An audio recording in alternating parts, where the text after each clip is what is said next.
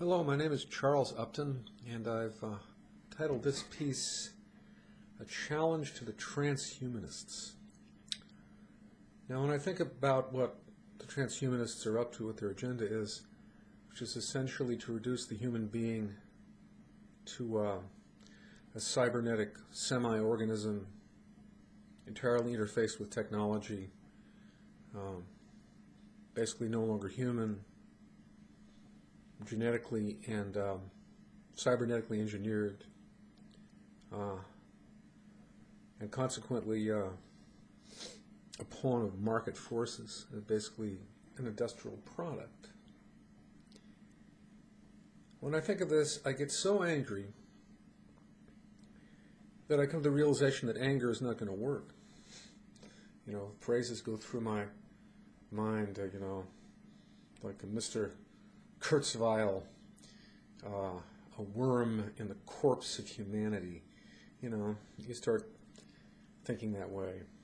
But if we got angry at everything that deserves our anger, that really does, in some sense, deserve it, that's another way to lose your humanity. There's too much to be angry at, and the degree of rage that would seem to be called for by so many developments in this world is off the charts. And so since it's off the charts, let it go off the charts. Let it disappear. Let it dissipate. And when you realize that anger is really impossible, it's like, what am I thinking? The poet Robinson Jeffers said, had a poem which he said, you might as well be angry at the sun for setting. And I think that's pretty balanced and pretty accurate. And when the anger dissipates, then it may be possible to realize that these transhumanists are probably the most wounded, psychologically and spiritually, the most wounded, the most damaged, and the saddest human beings who have ever walked on this earth. And if they do not feel themselves to be terribly wounded,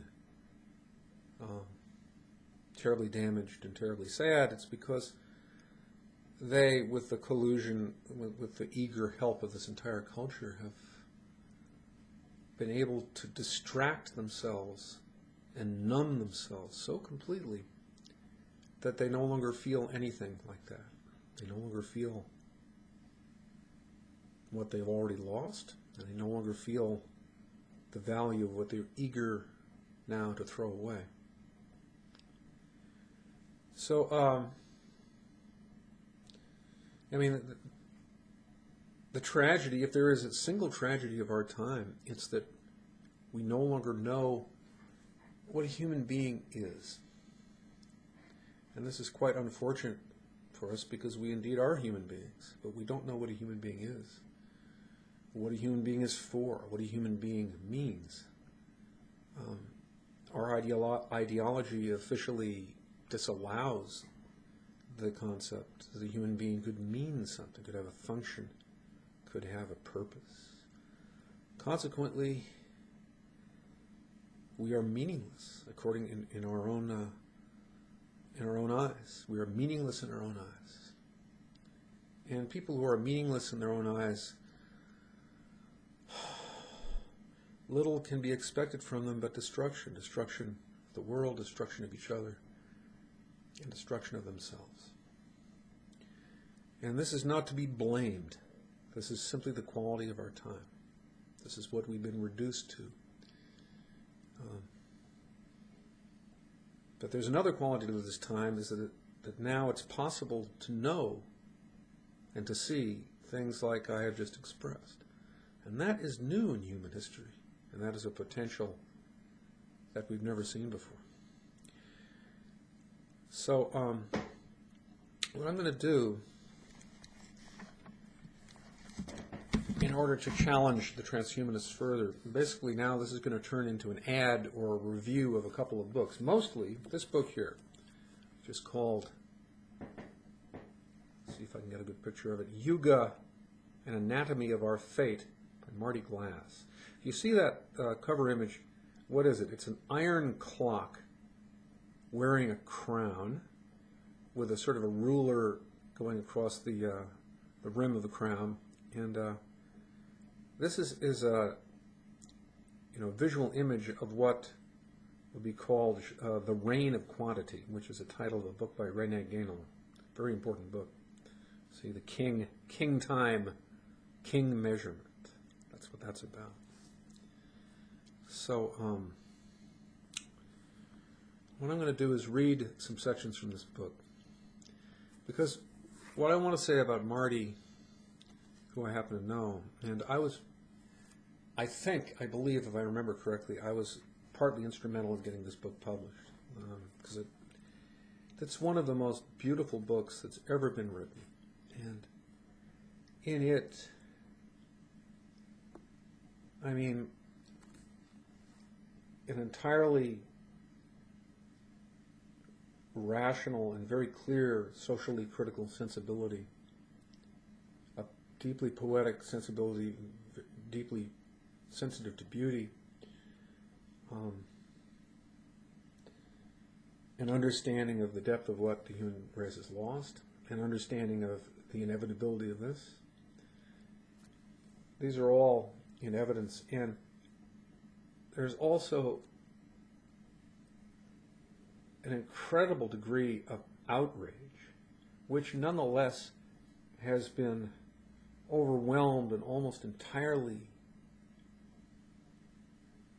transfigured by a profound compassion. A kind of compassion that could be expressed maybe in the words of the Beat Generation poet Gregory Corso, who said, all man is one in this sad, inharmonious, weird predicament. And this certainly includes all human beings, both those who respect and who love their humanity, and those who scorn and despise it. Be that as it may, we're all humans and we all face the same disaster in this world. So, what I now wish I had done is did a clock here so I see how long this is going to go. This is probably going to have to go into two parts. So this will be part one. What I'll do is just keep reading, and somewhere it's going to cut off, and then where it cuts off, I'll see it, and I'll just start again as part two. So I'm going to read some sections from this book.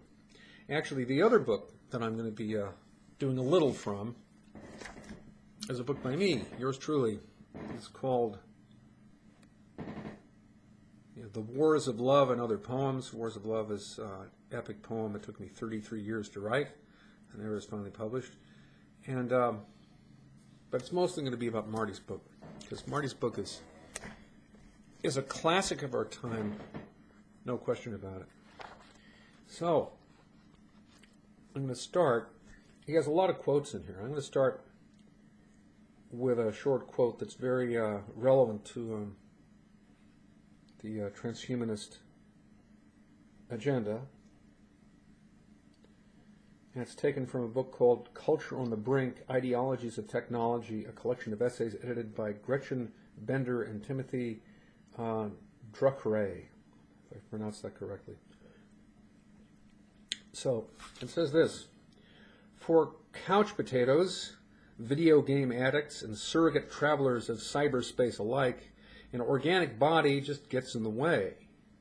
The culinary discourses of a culture undergoing transformation into an information society will have to confront not only the problems of a much depleted Earth, but also a growing desire to disengage from the human condition. Travelers on the virtual highways of an information society have, in fact, at least one body too many. The one now largely sedentary, carbon-based body at the control console that suffers hunger, corpulency, illness, old age, and ultimately death. The other body, a silicon-based surrogate jacked into immaterial realms of data, has superpowers, albeit virtually, and is immortal, or Rather, the chosen body, an electronic avatar decoupled from the physical body, is a program capable of enduring endless deaths. Well, that's well said, I think. So, now giving you this is, I'm beginning to get to where, this is Marty's writing, and this is where he's talking about basically what he sees as the end of the cycle of manifestation, the stages of this the cycle of manifestation's decline, which in Hinduism is called the Mahayuga, which is 4 yugas. It's the Golden Age, the Silver Age, the Bronze Age, and the last one is the Iron Age, or the Black Age, which is the Kali Yuga, which we're in now. So he says, what follows is an anatomy of a Kali Yuga. It's about this concrete world, you and me and our kids and the lives we live. The reign of quantity, the fall into time, the mutation into machinery, the end of nature, the prison of unreality, or of the hyper-reality identified by Jean Baudrillard et al. Those are the 5 hallmarks, the end of the cosmic cycle. So this is what he's covering in the book. And so I'm going to read you a few more, not many, but a few more sections that relate to this theme, as the whole book does. I mean, over and over again, he actually says the same thing in a different way on every page. And God, he covers a lot of territory, and he's the only person who I think can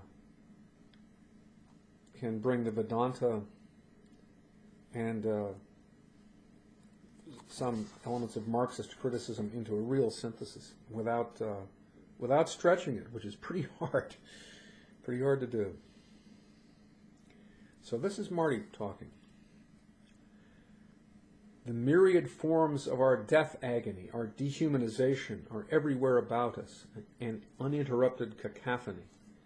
They become visible as such, not by being pointed out, but by contrast with the humanity whose legitimate estate and jurisdiction they have usurped, as sickness is visible only by contrast with health.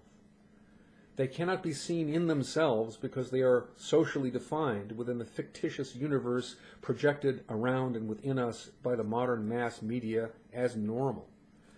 And if not normal, they are troublesome anomalies traceable to oversight or neglect that have emerged in the sea of customary normalcy, like temporary islands uplifted by underwater volcanoes. They are simply problems demanding for their solution only determination and the appropriate strategies and techniques. It is pointless to try to prove anything that contradicts the axioms of this administered, self-contained world. The myriad forms of our death agony, our dehumanization are everywhere, about us, an uninterrupted cacophony. So.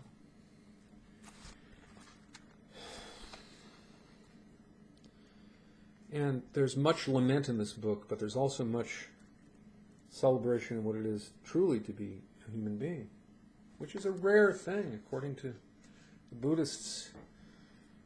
It's a very rare incarnation to end up to be a human being. They have a metaphor. It's like a simile. It's like it's like a piece of wood with a hole in it, like maybe a yoke or something that's floating in this vast ocean. And a sea beast comes up and puts his head through that yoke, and that's not going to be very calm. It's like it's that rare that we get to be a human being.